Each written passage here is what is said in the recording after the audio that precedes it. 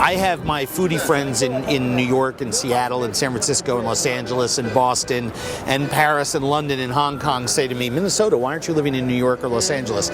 We have what used to be flyover country is now as dynamic a food scene as is anywhere else, and a lot of it is because of our ingredients. Chefs all over the world are using our ingredients. Our cheeses, our honey, our lamb, our game, our vegetables, we don't make olive oil here. Other than that, find it here in Minnesota.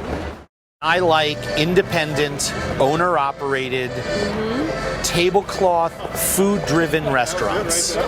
Those restaurants represent the best Minnesota chefs who are doing the most interesting things with food in our region. When it comes to eating Minnesota, I have friends who come here and I say, well, let's go out for Vietnamese food. And they're like, well, I'm from Boston.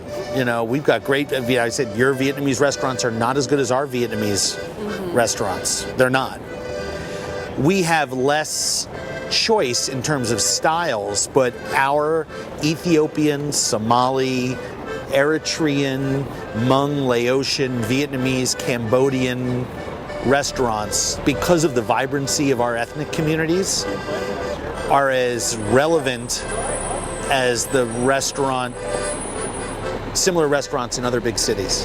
I would put my favorite 3 Latino taquerias up against any cities. I don't know how you could get a better product. It used to be you had to fly to Napa to do a wine weekend. Why not do a wine weekend here in Minnesota?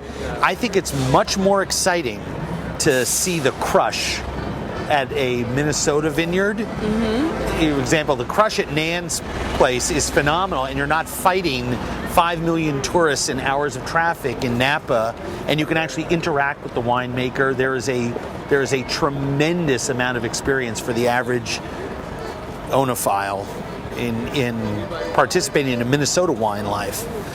You scoop your hand down and pull out cheesemakers and lamb abattoirs and honey, apiaries and stuff like that is all so easy to access here.